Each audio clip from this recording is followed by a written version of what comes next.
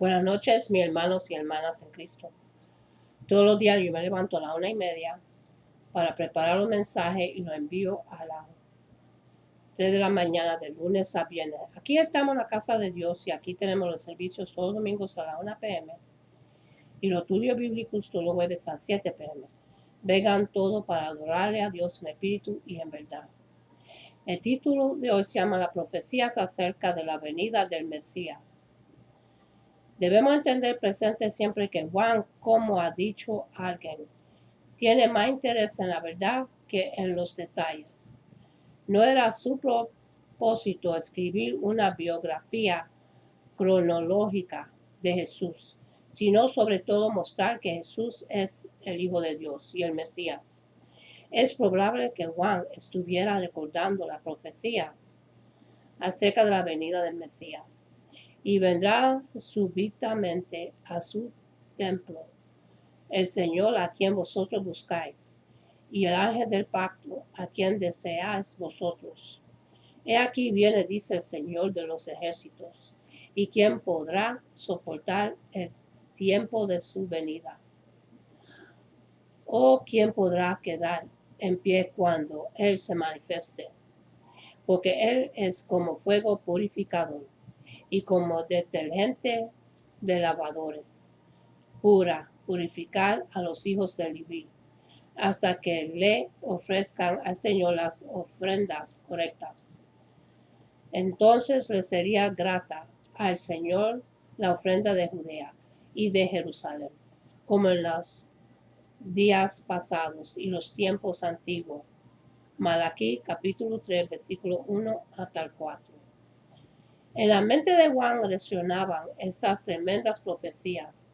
Su interés principal no era contar cuándo limpió Jesús el templo, sino que lo hizo como estaba profetizado del Mesías prometido.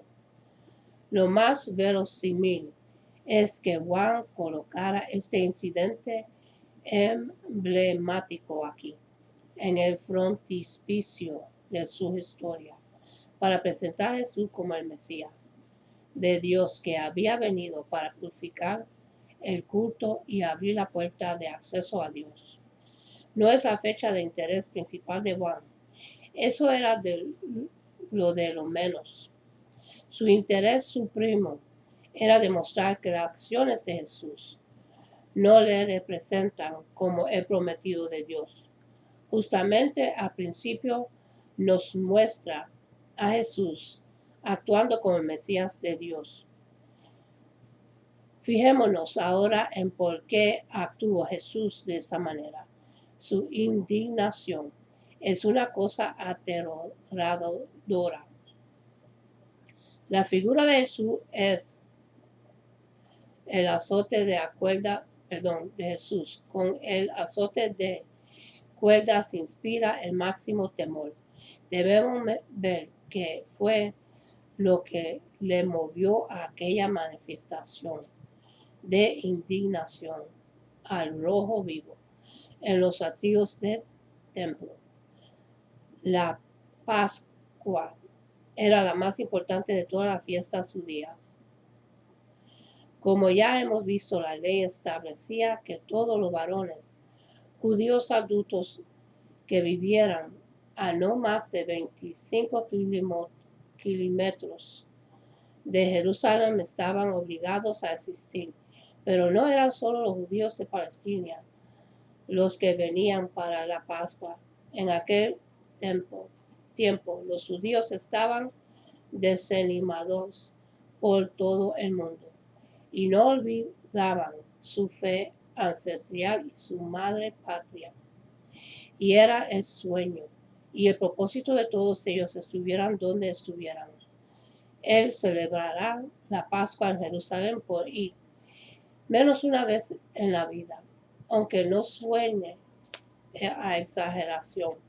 Es probable que tantos como 2,25 millones de judíos se reunían a veces en la ciudad santa para celebrar la Pascua.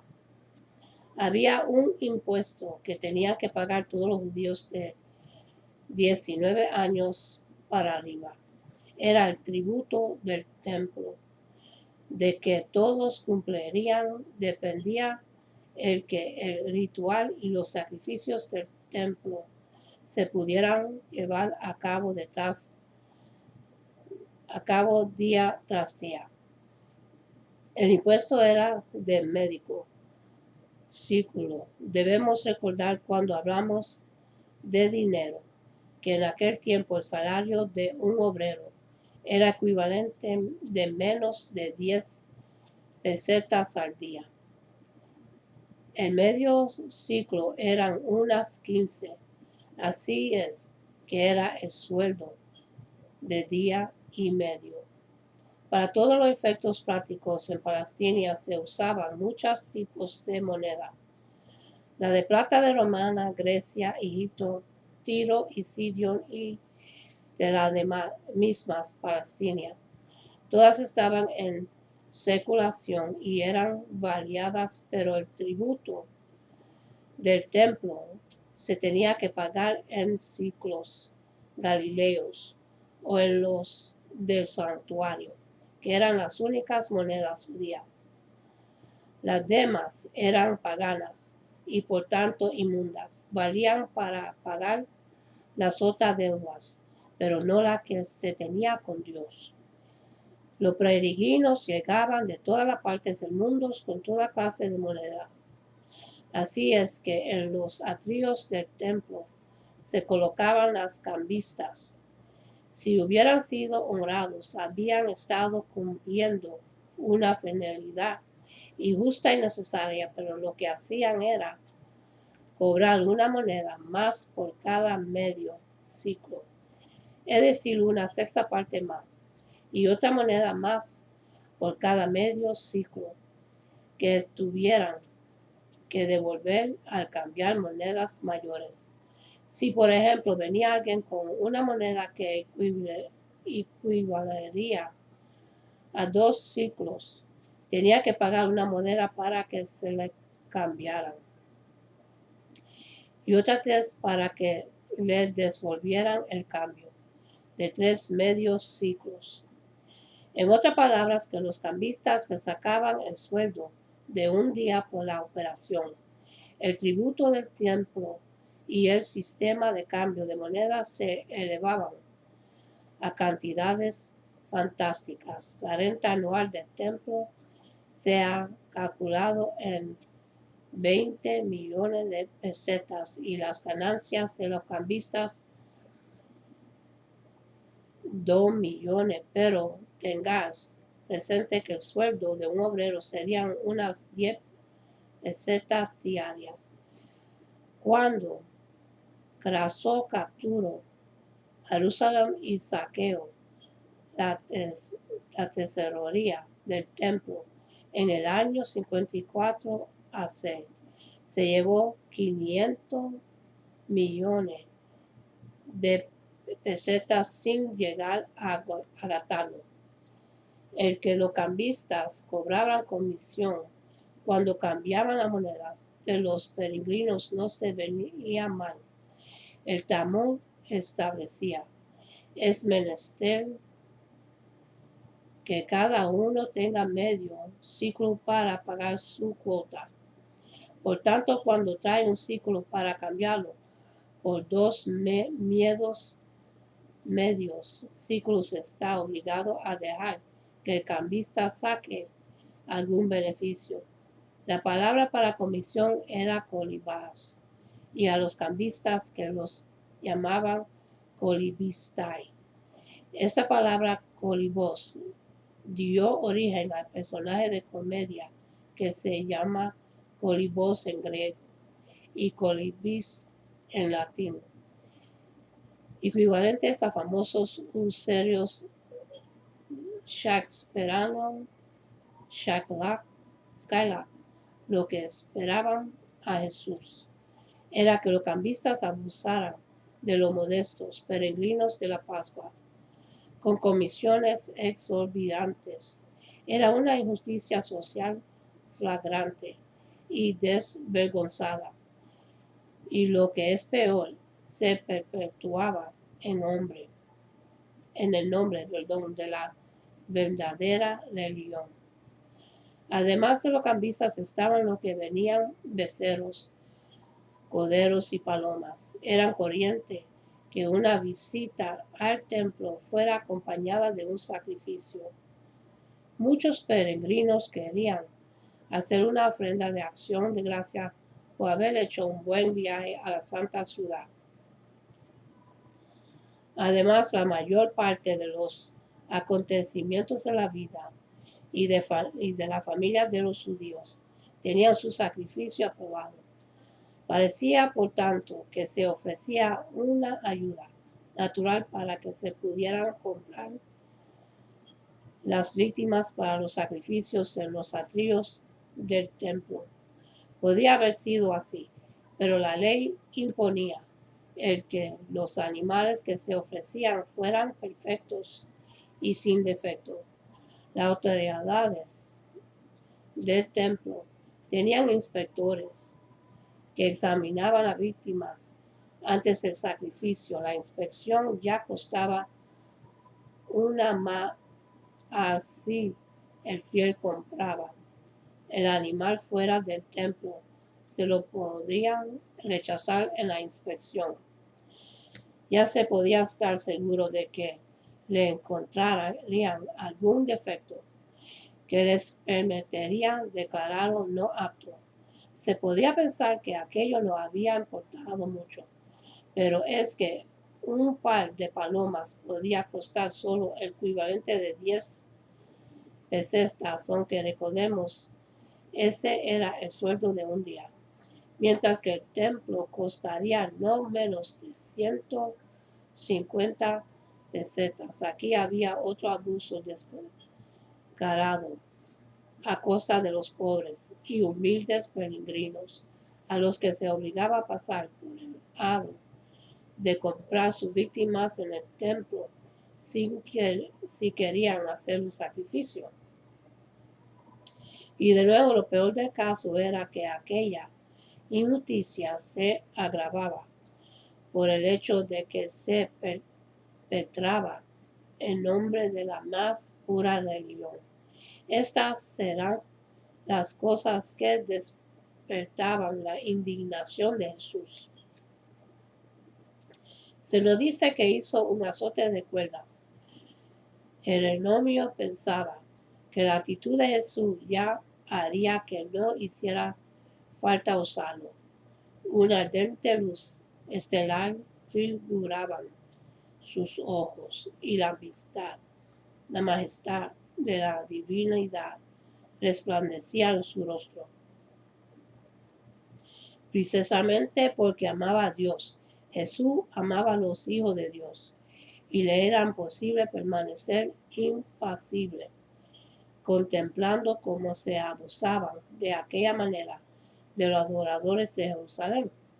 Hemos visto que fue la explotación de los peregrinos por parte de la gente sin conciencia lo que movió a Jesús, aquella manifestación de indignación. Pero la historia de la purificación del templo responde a razones todavía más profundas por las que Jesús dio aquel paso tan drástico. No hay dos evangelistas que conocidan exactamente al darnos la palabra de Jesús. Cada uno de ellos nos conserva su versión personal, y es al reunir todos los relatos como obtenemos una idea clara de lo que dijo Jesús. Así que vamos a empezar por recordar diferentes formas, en que nos han transmitido los evangelistas. La palabra de Jesús en la versión Reina Valeria Mateo nos la transmite de la siguiente manera: mi casa de oración sería llamada, mas vosotros la habéis hecha cueva de ladrones. Mateo capítulo 21, versículo 13. Marcos pone: mi casa sería llamada casa de oración para todas las naciones, mas vosotros la habéis hecho cueva de ladrones. El libro de Marcos, capítulo 1, versículo 1 y 7. Lucas dice, mi casa es casa de oración, mas vosotros la habéis hecho cueva de ladrones. Lucas capítulo 19, versículo 46. Y aquí Juan, quitad de aquí esto y no hagas de la casa de mi padre casa de mercado. El libro de Juan capítulo 2, versículo 16. Jesús tenía por lo menos 3 razones para hacer lo que hizo. Actuó así porque se estaba profanando la casa de Dios. En el templo se daba a Dios un culto sin reverencia. La reverencia es una cosa instintiva. El artista Edward Segao nos cuenta que llevó a 2 niños gitanos a visitar una catedral de Inglaterra. Eran unos chiquillos muy traviesos en circunstancias normales, pero desde el momento en que entraron en la catedral, estuvieron sorprendentes, tranquilos y callados, y luego todo el camino hasta llegar a la casa. Hasta la tarde no volvieron a sus habituales travesuras. En sus corazones naturalmente indisciplinados había una reverencia instintiva. El culto sin reverencia puede ser una cosa terrible. Puede que sea un culto que se hace rutinaria y formalmente. Las oraciones más solemnes se pueden leer como las listas de las subastas.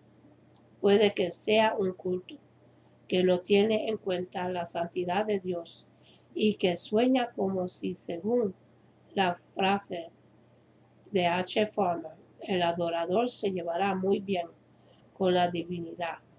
Puede que sea un culto para el que no están preparados ni el que lo diría, ni la congregación. Puede ser que sea el uso de la casa de Dios para fines y con medios en lo que se olvida la reverencia y la verdadera función de la casa de Dios. En aquel atrio de la casa de Dios de Jerusalén se regatearían los precios, se discutirán las monedas viejas o desgastadas. En fin, que habría ruidos y gestos y discusiones más propios de un mercado. Puede que esa forma de irreverencia no sea corriente ahora, pero hay otra forma de ofrecerle a Dios un culto irreverente. Jesús hizo lo que hizo para mostrar que toda esa parafernalia de sacrificios animales era totalmente impertinente. Hacía siglos que venían diciéndolos los profetas, ¿para qué me sirve, dice el Señor, la multitud de vuestros sacrificios? Estoy y harto de holocaustos de carneros y de cebo de animales cebados. No me gusta la sangre de los toros, de las ovejas o de los chivos. No me traigas más ofrendas vanas. Isaías capítulo 1, versículo 11 hasta el 17. Porque cuando saqué a vuestros padres del Egipto, no les dije nada ni le di mandamientos acerca de holocaustos y sacrificios. Jeremías capítulo 7, versículo 22. Con sus ovejas y con sus vacas. Andará buscando al Señor, pero no lo encontrarán. El libro de Osea capítulo 5, versículo 6. Les encantarán los sacrificios, sacrificarán carne y la comen, pero el Señor no se complace en ellos. Oseas capítulo 8, versículo 13. Porque tú no te complaces en sacrificios. Si yo hubiera de ofrecer holocaustos a ti, no te agradaría. El libro de Salmos capítulo 51, versículo 16. Un coro de voces proféticas denunciaba la pertenencia de los holocaustos que humaban constantemente en los altares de Jerusalén. Jesús actuó así para demostrar que ningún sacrificio animal podría nunca realizar la reconciliación de la humanidad con Dios. No estamos totalmente libres de estas tendencias hoy en día. Es cierto que no le ofrecemos a Dios sacrificios de animales, pero podemos identificar su culto con la instalación de verdaderas de colores o de un órgano más sonoro o con piedra o madera talada, cuando el verdadero culto brilla por su ausencia. No es que estas cosas sean condenables, lejos de eso. A menos, gracias a Dios, son ofrendas de corazones, fieles y agradecidos cuando ayudan a la verdadera devoción. Cuentan con la bendición de Dios, pero cuando con su sustituto hastían el corazón de Dios. Había todavía otra razón que Jesús actuara de aquella manera. Marcos añade un curioso detalle que no se encuentra en los otros evangelios. Mi casa sería casa de oración para todas las naciones. El libro de Marcos, capítulo 11, versículo 17. Siguiendo con la cita de Isaías, capítulo 56, versículo 7. El templo constaba de una serie de atrios que conducían al templo propiamente dicho y al lugar santísimo. La primera parte era el atrio de los gentiles. Luego venía el atrio de las mujeres. Después de los israelitas. Por último, el de los sacerdotes. Toda esa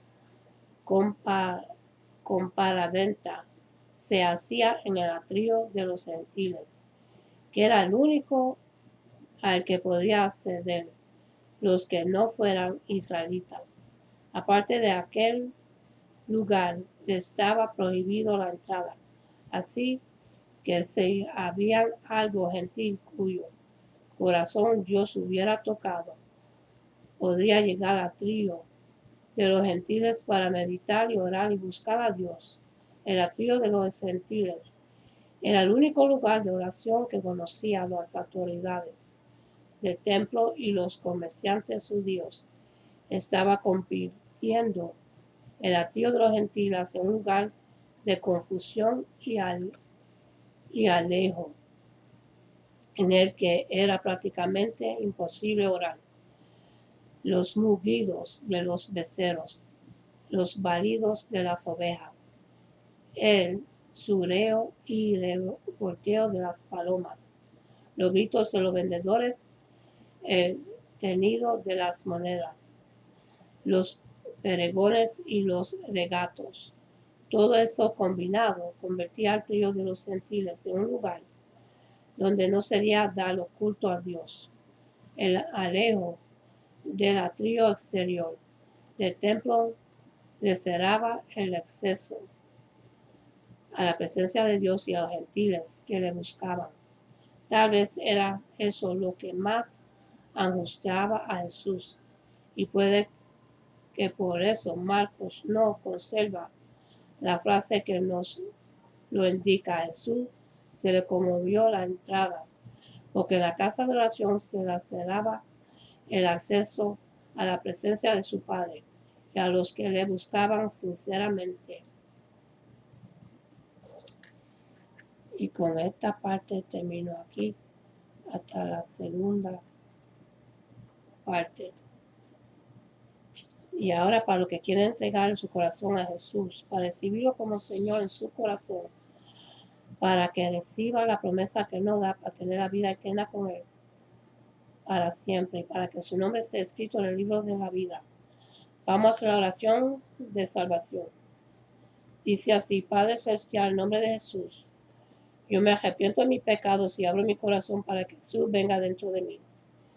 Jesús, tú eres mi Señor y Salvador, y creo que moriste por mis pecados, se levantó de los muertos.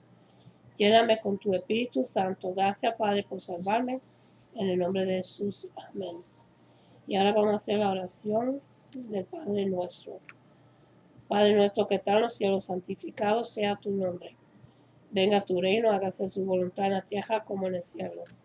Danos el pan de este día y perdona nuestras deudas, como nosotros perdonamos a nuestros deudores, y no nos dejes caer en la tentación, sino que líbranos del malo. Amén. Y ahora vamos a hacer una oración para los enfermos. Padre Santo, pon tu mano en toda la gente y las personas que están escuchando esta palabra, Señor.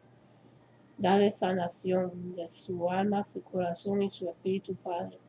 Sana de todos los órganos de su cuerpo y restauralo a todos a ellos, Padre. También, mi Dios, vamos a orar para la sobrina de Jacob. Dios mío, pon tu mano en ella. Restaura los órganos de su cuerpo y sánala completamente. Y restaura los vocales para que ella pueda hablar claramente. Y ahora vamos a hacer una oración para los matrimonios que están en conflicto. Dios mío, pon tu mano en ellos. Sánalo, Padre. Restaura su matrimonio. Dale amor, agape y la paz que sobrepasa todo entendimiento. Que sea una pareja que pueda hablarse bien, entenderse bien y apoyarse uno al otro. También, mi Dios, te pido que le sane los corazones de los hijos que sufren a ver los padres en conflicto. Que sea una familia unida como Dios manda. Lo pido en el nombre de Jesús. Y ahora vamos a hacer una oración para las personas que están en la esclavitud de la droga y alcohol. De la adicción de la droga y alcohol, que es una epidemia que coge en todos los países del mundo. Dios mío, ten piedad sobre ellos.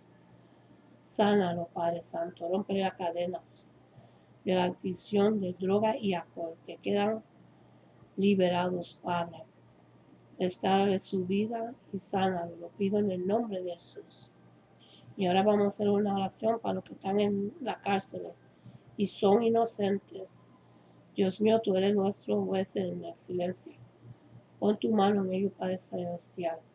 Abre las puertas de las sendas de la cárcel como le cita Pablo y Silas en las Escrituras. Libéralos, Señor. Que queden libres. Lo pido en el nombre de Jesús. Amén. Y ahora vamos a hacer una oración que es de bendición para el pueblo de Dios. Se consigue en el libro de Números capítulo 6, versículo 24 hasta 26. Dice así: Jehová te bendiga y te guarde. Jehová haga resplandecer su rostro sobre ti y tenga de ti misericordia. Jehová hace sobre ti su rostro y ponga en ti paz. Que Dios me lo bendiga, me lo guarde. Y acuérdense a darle gracias a Dios por otro día más de vida. Y busquen de Dios ahora que se puede encontrarlo. Y hasta la próxima. Amén.